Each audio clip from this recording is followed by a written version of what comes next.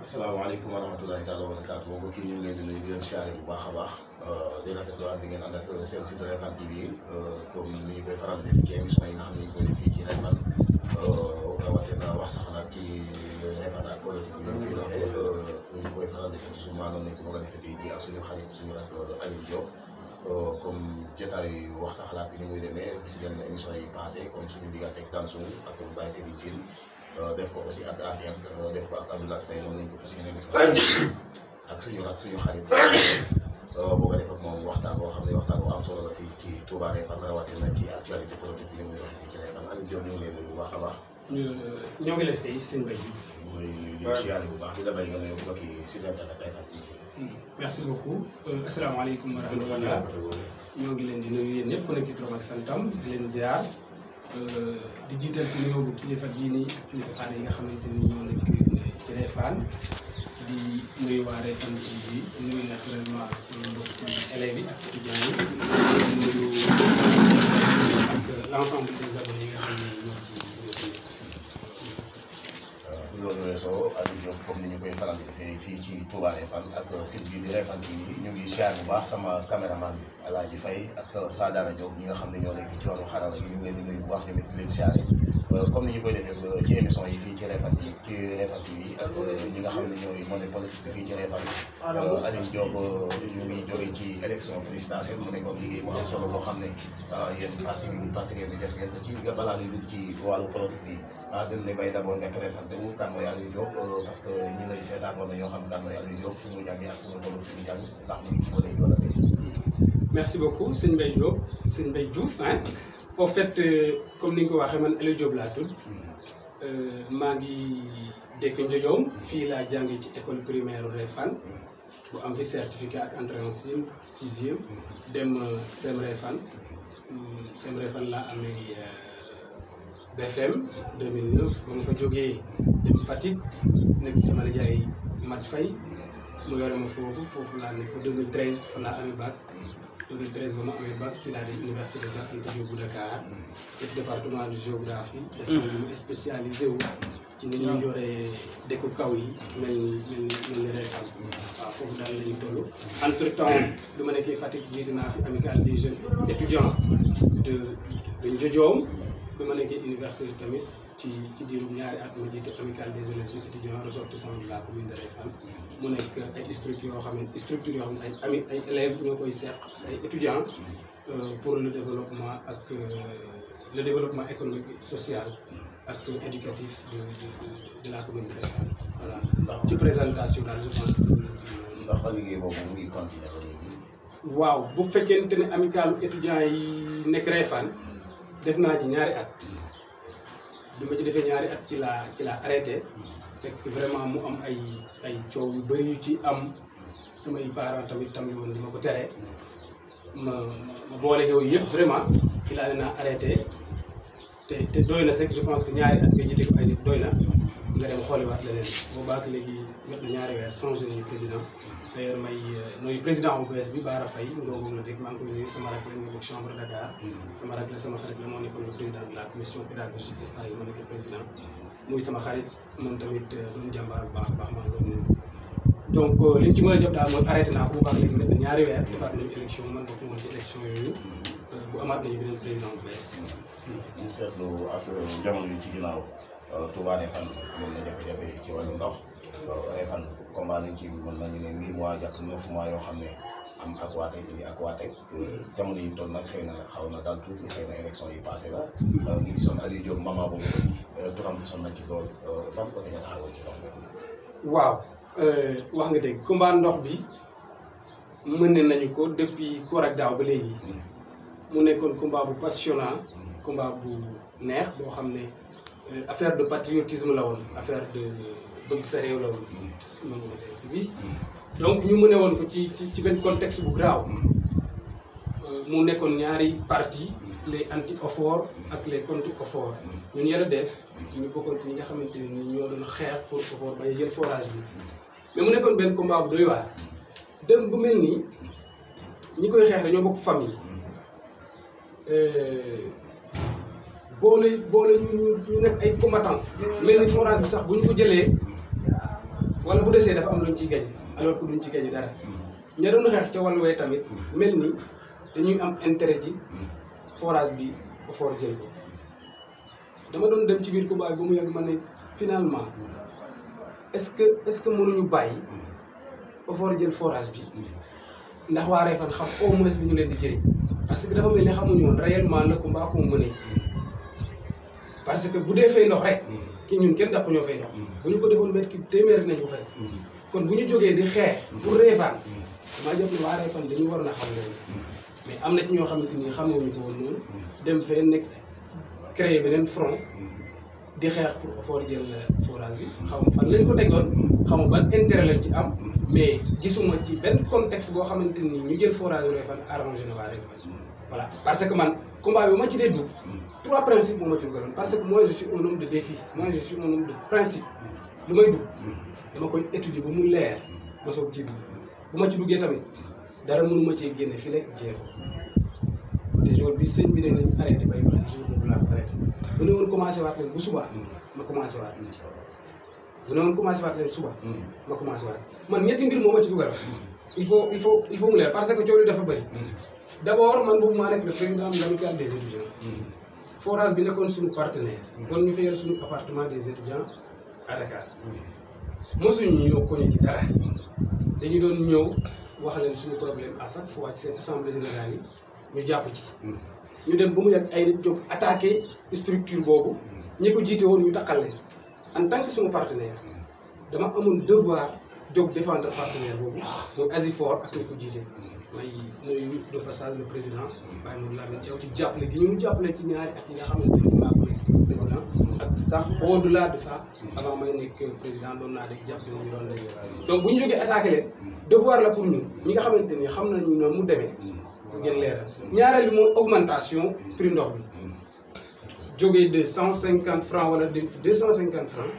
je pense que amul benn réforme bu mu arrangé kon ku jóg di xeex pour forage bi dem damaa jàpp ne am na leneen lu ne ca ginnaaw lu dul waxi ndox troisièmement bi donc troisième point bi mooy bénéfice yi nga xamante ni moom la forage bi doon def mu doon des ci Réfane ñu ne tey bu Ofor jëlee forage bu ko Aquatech jëlee ay privé ñoo ko yor bénéfice boobu dootu fi des donc trois principes yoo xamante ni war naa tax doomu Réfane bu nekk jóg xeex pour forage bi des mais ñëpp comprendre ñu kon noonu dafa dem bu mel ni combat bi dañu koy attribuer benn certain Mahamadan Soum wala ñu koy attribuer Aliou Diop wala Modou Ndéla wala kenn ci combattant yi ko tudd alors que combat bi moomuñu ko combat waa Réfane yëpp la woon waa Réfane ñoo ko war na porté porté wuñu ko ñen porté nañ ko dem ba ci dig bii moom ay rek mais xam naa ne ñi ñu doon xeexal noo leen ay stratégie fuuf noo leen gënoon nekk dégg tamit fuuf te bu ñu bàyyi woon ak ñoom kon fii ba 100 ans forage bi du gën ci loxoy Réfane mais nag mujj nañu dem ba utiliser ay arguments religieux dem boole ñoo ak les religieux ñu mujj yaa ma gën a xam ndigal waaj ñu arrêté loolu moo tax mais bu ñu bàyyi woon ak ñoom kese pas perdu parce que dañu ñu jox ndigal ñu arrêté mais fi ñu nekkoon dañu doon def wéroon nañu ne on avait les arguments pour battre qui que ce soit on était très bien organisé. donc seetlu na xeex boobu comme li nga wax waa Réfane nga ci gagné parce que boo xoolee dëkk yi nga xam ne Aquatech jël na seen i forage tey ñu ngi ci ay jafe-jafe ci amatuñu ndox soit seen forage pendant bu ñu ko dépanné donc Réfane lu déggee xeex bu mu doon xeex am na ci tuuti bénéfice ndax bénéficié wu na ci benn forage boo xam ne jamono yi ci ginnaaw def nañu tegu xeer bi fane ci côté Mbafay donc kon ay bénéfice am na ci xeex boobu léegi nag loolu moo continué ba ñu ñëw ci élection présidentielle 2019 yi passé mu ne kon ñuy changé njiitum réew ñu gis taxawaay bu am solo li nga xam ne askan wi Touba Réfane taxaw nañu ko fii ci élection boobu ànd ak opposants yi nga xam ne ñoo ngi fii ci dëkk bi ñoo xam ne Aliou Diop muy politique nekk ci parti bi ñu wax parti bi nekk aussi communication ci parti boobu noo gisee doxalee parti boobu fii ci Réfane. waaw question bu ma sawar la comme ni nga ko waxee man parti Rewmi laa bokk boobaak léegi métti na 8 ans depuis 2011 booba xale laa maa ngi jógee Fatick parce que man politique def mu sa neex man sama adduna yëpp ci ay structure laa ko def amical affaire yooyu ba ma jógee Réfane dem Fatick dama faa fekk sama yaay Mat Faye moo ma préparé politique dañu ma waajal man caaxaan damay liggéey man dañu ma waajal jàngal ma politique idéologique nag laa wax waxuma politique boo xamante ni tey da ngay dem fii suba nga dem fii kërëb nekk ma ci yooyu politique dañu ma waajal jàngal ma bu baax a baax nag la ñuy politique def ci man benn idéologie tamit ci idéologie boobu ci laa bëgg Idrissa Seck chaque fois bu seetaan journal bi rek ñu may wane ma kaay seetaan journal bu ma xale laa ma seetaan journal wala ñu ne ma demal jàngi ba jàng moo tax année yooyu toj naa Fatick comme ni ñu koy waxee ci wàllu jàng bañ ci jógee ma ñëw université consolider préparation boobu nga xam ne bu ma ñëwee neex sax wax mais maag ña ma fa fekkoon ci ay étudiants yu nekk Réfane yënguñu woon sax niveau parce que fa ñu defee lycée ak fa ñu defee lycée bu benn man damaa def lycée ci encadrement bu baax ñu pare ma ci noonu la virus politique bi duggee ma ciy gërëm suma nijaay Mat Faye inspecteur def ñu waajal kon dara jaaxaluñu ci wàllu politique donte ay xale lañ ñu bokk parti réew mi bëgg Idrissa Seck par principe te dara mënuñu ci jël tamit bii mooy sama première fois may wàcc ci terrain bi di battre campagne mooy élection présidentielle yi parce que contexte bi ñu nekkoon la il fallait que ñu wàcc parce que l'heure était grave dafa jotoon mu amoon ñaari contexte yu am benn Réfane benn au niveau du Sénégal bi amoon Réfane fexe nañu ba renversé nañ ko parce que c'est la coalition Idy qui a gagné au niveau de Réfane gagné sax au niveau du Bawol te lu ci bëri cause yi du ñu ko wéri fenn fu erreur yi nga xamante ni président Macky Sall def na ko ci au niveau de Réfane ak élus locaux yi nga xamante ni ñoo nekk foofu yëpp erreur yi ñu def ci wàllu ndox ci wàllu courant ci wàllu santé ak ay discours yoo xamante ni peut-être souvent du honoré en quelque sorte population yi fa donc man parti Rewmi laa bokk voilà mos a bokk tamit mosuma faa jóg di parce que ñu bëri da leen a jaaxal xamuñu woon fan laa bokk donte maa ngi doon am ay relations très avancées avec ñi nga xamante ni ñoom la fi yàlla teg tey mais parti Rewmi laa mos a bokk Idrissa Seck laa mos a kii élection yi passé tamit yàlla def nañu wàcc ci terrain bi battre campagne aller au front dem dans les villages les plus reculés de la commune laaj leen seen ay voix ñu jox ñu ko ñu gagné la commune di ci sant population Réfane yëpp di leen wax tamit nañu consolider loolu nekkul lu ñu war a perdre dañu war a consolider demaat ak moom ci élection présidentielle yi nga xamante ni élection locale yi nga xamante ni moom lañu jëm en décembre bi. lan jàngat nga def ci askanu Réfane ci taxawaay bi taxaw ci élection présidentielle bi passé avec Ila Touba bi fi nekk voilà jaar fexe nañu ko Idrissa Seck gagné na fii ci commune bi xëy na ñu jëm ci ay élection locale ban taxawaay nga war a ñaax askanu Réfane ñu taxaw ci élection locale bi nga xam ne ci nañu jëm. waaw taxawaay bi mooy d'abord taxawaay bi ñun ñoo ko war a taxaw ñun acteurs politiques yi d'abord. ndax Aliou Diop candidat lay doon. waaw question bu naqaree tontu la waaye rumeur yaa ngi daw man nag xale laa maa ngi jàng di sant yàlla d'abord ci li mu ma defal amaguma 28 ans ñuy lim ñu war a mën a jiite Réfane ëllëg di ma ci boole loolu dama ci sant yàlla bu baax a baax ça c'est de deux xale laa maa ngi jàng te dama jàpp ni waxu candidat teel na fi mu doon parce que ñoom avril képp ku jóg di wax dama defe ne xamoo fa nga jëm ndax course endurance la course endurance bu ñu ne wax rek nga jóg ne bëri bi daw da ngay daw ci rythme bu ndaw sinon balaa élection yi jóge di nga jeexal wala nga def erreur gars yi jël sa directeur moo tax da ngay def ndànk troisième bi mooy wax naa la ne ñun dañu waajal suñu heure bu sonné bu ñu wàccee fii ci terrain bi duñu ko bokk ak kenn dootoo dégg ñu tudd kenn fii ci Réfane ñun kese dañu xam ne parce que affaire yi bokkul lu leer laa la wax. élection locale yi jëm xaaral lu leer laa la wax. li may wax nii man du ma waxantu. te suñu heure sonné ba ñu wàcc fii ci terrain bi duñu ko bokk ak kenn dootoo dégg ñu tudd kenn ci ñi nekk fii dootoo ko dégg. kon bu waxee xam nañu xaar coalition ci élection locale yi jëm wala dañuy xaar candidat yi di gën gën parce que dañ ni ku mel ni Mouhamadou Sow déclaré na candidature am day ko def 1 mois donc ñu ngi xaar am na ñoo xam ne ñu ngi wax Baye Serigne Tine aussi ñu profité ci tudd assiette boobu nga wax ak Ndiaye Ndaw ak ku mel ni Bada Gningue bu Kalima ndax ñooñu ñuy tudd ñëpp ci politique dañuy def leen coalition jiital kenn wala dañuy dem ñoom kenn. bon bu coalition amee de moo gën bu coalition amul nag ci en tout cas ci nekk ci opposition bi dañuy dem rek pour perdre élection yi man de bu boobaa duma ci bokk dañu dem ci élection yoo xamante ni kenn xaarul woon ñu gañe ko ñu tuddee woon ñu ay bojo tuddee woon ñu ay ramatu donc ñun ramatu yooyu booloo woon ba gañe élection yi ba naaw ba sut xamuñu ñu koy wax ndogi ne nañu booloowaat bu ñu booloowaatee ñi fi nekk tey durant élection présidentielle yi ak élection locale yi dur bi gàtt na ba nga xam ne gars yi duñu mën a changer donne yi lu ñu mën liggéey lu nekk mënuñu renverser tendance mais bu ñu demee élection ci division nagu jëm seeraat la rek dee rek. est-ce que jàppoo ne day nekk ñaari coalition ñi nga xamante ne ni dañoo ànd ak Baye Serigne Tine ak ñi nga xamante ne dañoo ànd ak monsieur le maire ndax diggante Baye Serigne Tine ak monsieur le maire kenn nebatu ko pour ñu àndaat ci politique xëy na nag politique lu ne mën naa am te yéen tamit mënu ngeen a ànd ak Baye Serigne Tine mënu ngeen a ànd ak monsieur le maire coalition bi moom fokk nga jàpp ne dina doon ñaari coalition ba ñett loolu est-ce que mënta ñàkk mënee su koo dàq. bon bëgguma en tout cas tout tour mais dafa am ñu àndoon ci élection présidentielle yi coalition boobu laa wax mooy la coalition di 2019 moo ñu boole woon ñun waa réew mi ak waa kër Aïda Mbodj ak waa karimiste yi benn parti ci karimiste yi ñu ñoom moom ne ñooñu bu ñu àndaatee mën nañoo daane ku nekk man ci loolu laay liggéey ci loolu laay dox ci loolu laay wax bu ñu demee ba xam ne loolu mënatul am élection yi dama cay neutre ma dem élection di ko perdre. en tant que Aliou Diop. en tant que Aliou Diop man laa wax demuma ci élection pour di ko perdre te day nekk élection yoo xam ne dañu koy perdre d'avance ñu demee ci ñaari candidat wala ñett man nag du ma gis élection yoo xamante ni dama cay dem di ko perdre ba pare di ca dem. ndax loolu lu woon ne Refane daa am jafe-jafe candidat ci élection locale yi ñu jëm. non diversité yee bëri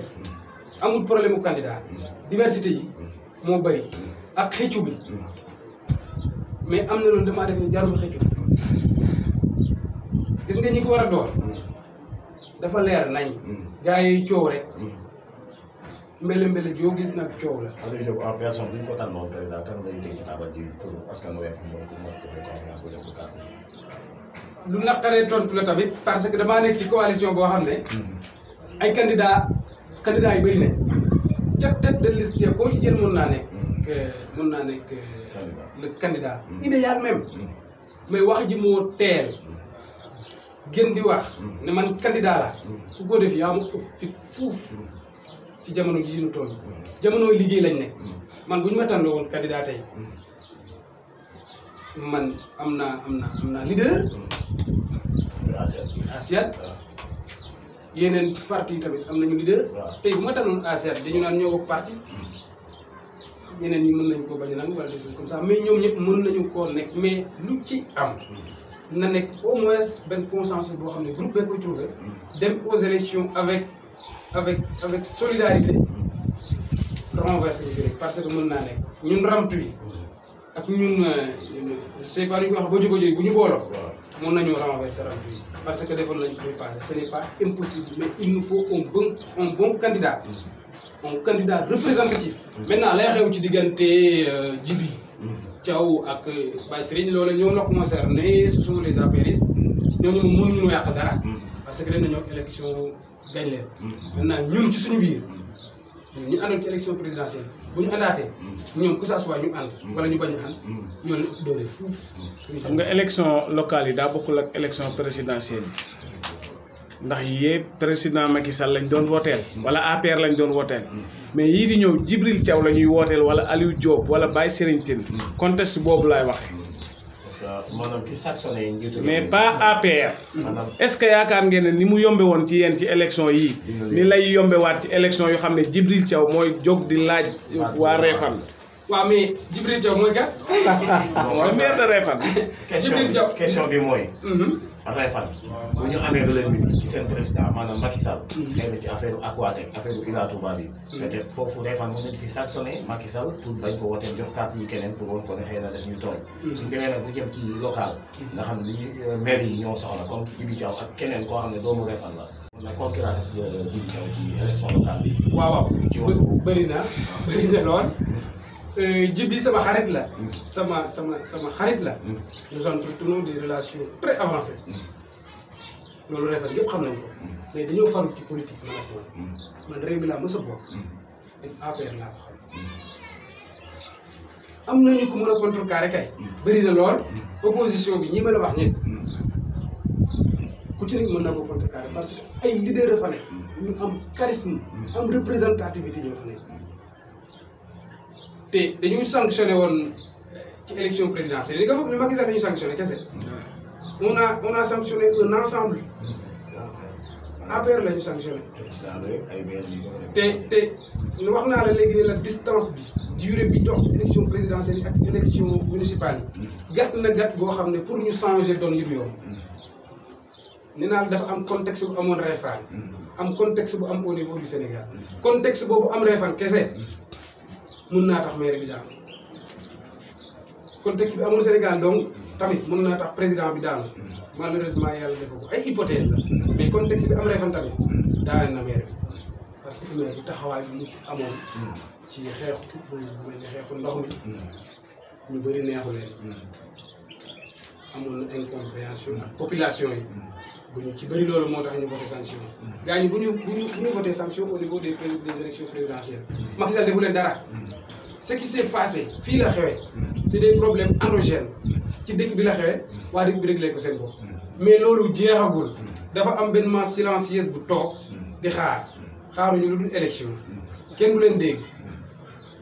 mais gars ñi bu ñu deful ndànk il risque d'être renversé encore au niveau des élections municipales te ñu leen renversé ñu fi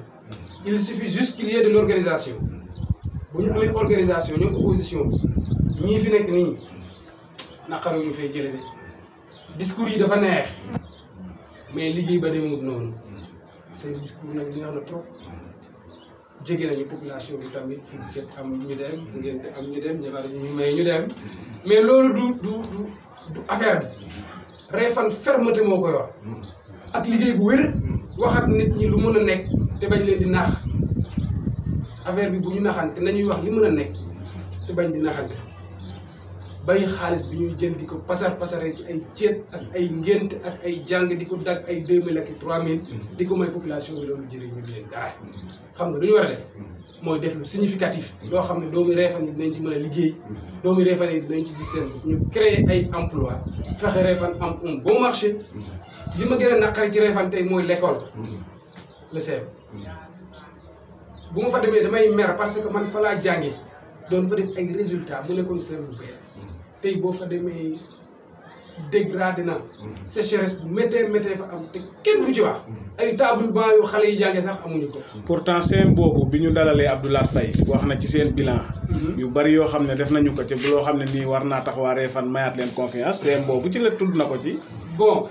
man de gis xam nga. est-ce que du leen faa xaw a gëj. maa fa doon joxe ay cours démb ci élèves yi démb rek fa laa doon jàngalee ñun saa bu ñu amee fête Dakar dañuy wàcc à la base convoqué élèves yi durant les fêtes di leen jox ay cours de renforcement gratuit ay bancs yu baax yu élèves yi toog laa wax am nga bu dul seen compétence tamit ñu war na teg pression ci administration ba fa nekk teg pression le président des parents d'élèves ñu saytu école bi naka lay doxee parce que xale yaa ngi inscrire 6000 7000 8000 inscription yooyu am na ci loo xamante ni c'est pour la gestion de l'école maintenant boo ñëwee ci dëkk kenn contrôlé wu la defu la waxuñoo ki yow bay la noonu rek na nga bëgg rek ngay doxale mais lu ci bëri pression moo koy def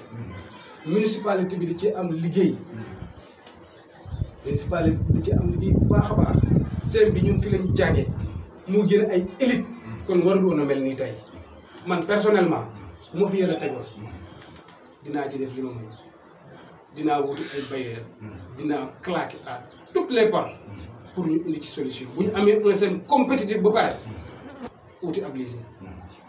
il nous faut un système compétitif à chaque fois bu ñu joxe résultats yi au niveau du BFM dama ko wax sama gars yi dinaa leen ba moo jug nañu def at moo xamante ni on aura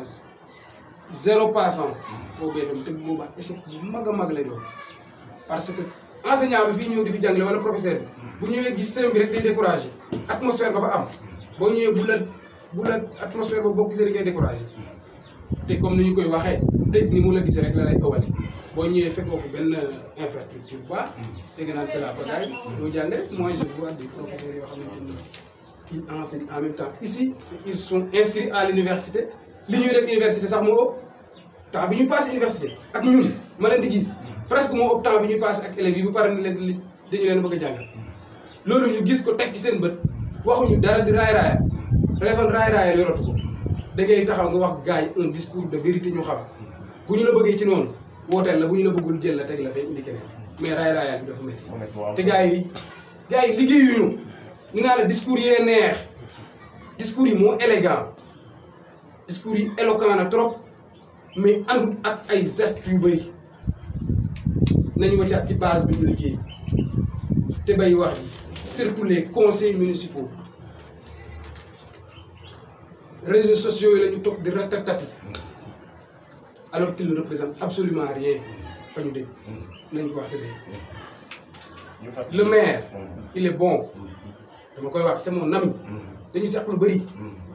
il est bon mais il est mal entouré conseils yi mu jàpp ne ce sont les meilleurs ils sont les pires conseillers du Sénégal réseaux sociaux yi nañ ko bàyyi nañu bàyyi réseaux sociaux yi ñuy topp naan rat dañu koy yàqal defaral ñu ko dara loolu c'était une parenthèse mënoon naa ko sax bañ a wax mais c'est pour le réséder voilà ñu fàtte ñuy seetaan ni ñu ànd ak tey Aliou Diop bi suñu rakk suñu xarit nekk fii ci Réfane aussi nag université Faye bu Dakar Aliou Diop nag tey moom la ñu saxaloon émission wax sa xalaat fii ci Réfane gis ngeen ko développé na ay buntu yu am solo rawatina fii ci wàllu politique bi ni muy doxee comme ni ñu ne ceraloon ci waxtu aussi mu ngi bëgg a jeex Aliou Diop loolu tàggatoo Réfane TV. waaw di leen sant d'abord di leen gërëm ci opportunité bi ngeen ñu tey pour ma leeral ay point Réfane TV d'abord initiative bi dama koy rafetlu c'est une initiative qu'on devait prendre avant jot na Réfane am une radio communautaire de base boo xamante ni waa Réfane bu ñu soxlaatee mën fee ñëw wax fi seen i soxla loolu bokk na ci li ñu gën a soxla tey Réfane soxla na ay infrastructure yu bëri loolu nag pour mu am il nous faut quelqu'un de spécial il nous faut quelqu'un boo xam ne ku am fula dem fa ñuy jëlee affaire ya mu tib indi c'est très important fit mooy gouverner on ne peut pas satisfaire tout le monde à la fois da ngay am fit nga jël benn yoon doxal ci benn vision ñamu neex ànd ak yow ñamu neexul nga xam ne ñii kat mënuma satisfaire tout le monde noonu la nit di doxe mais si tu veux satisfaire tout le monde à la fois tu risques de perdre tout le monde à la fois c'est un problème donc maa ngi leen di sant bu baax yéen waa Réfane TV di leen gërëm di nuyu waa Réfane ñëpp di sant samay mbokk samay xarit samay am di jàmm ak ñi nga xamante ni ñoo xamante ci Réfane TV di ñaan Réfane TV dem ko nekk télévision boo xamante ni ñu ngi koy seetaan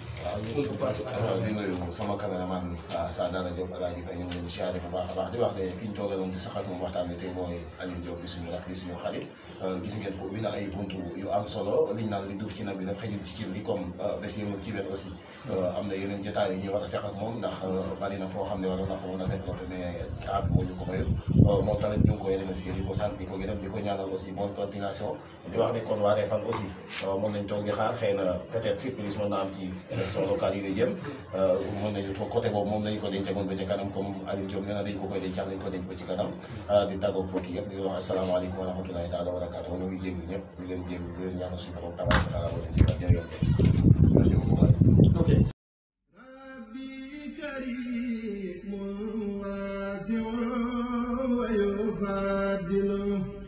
وَمَا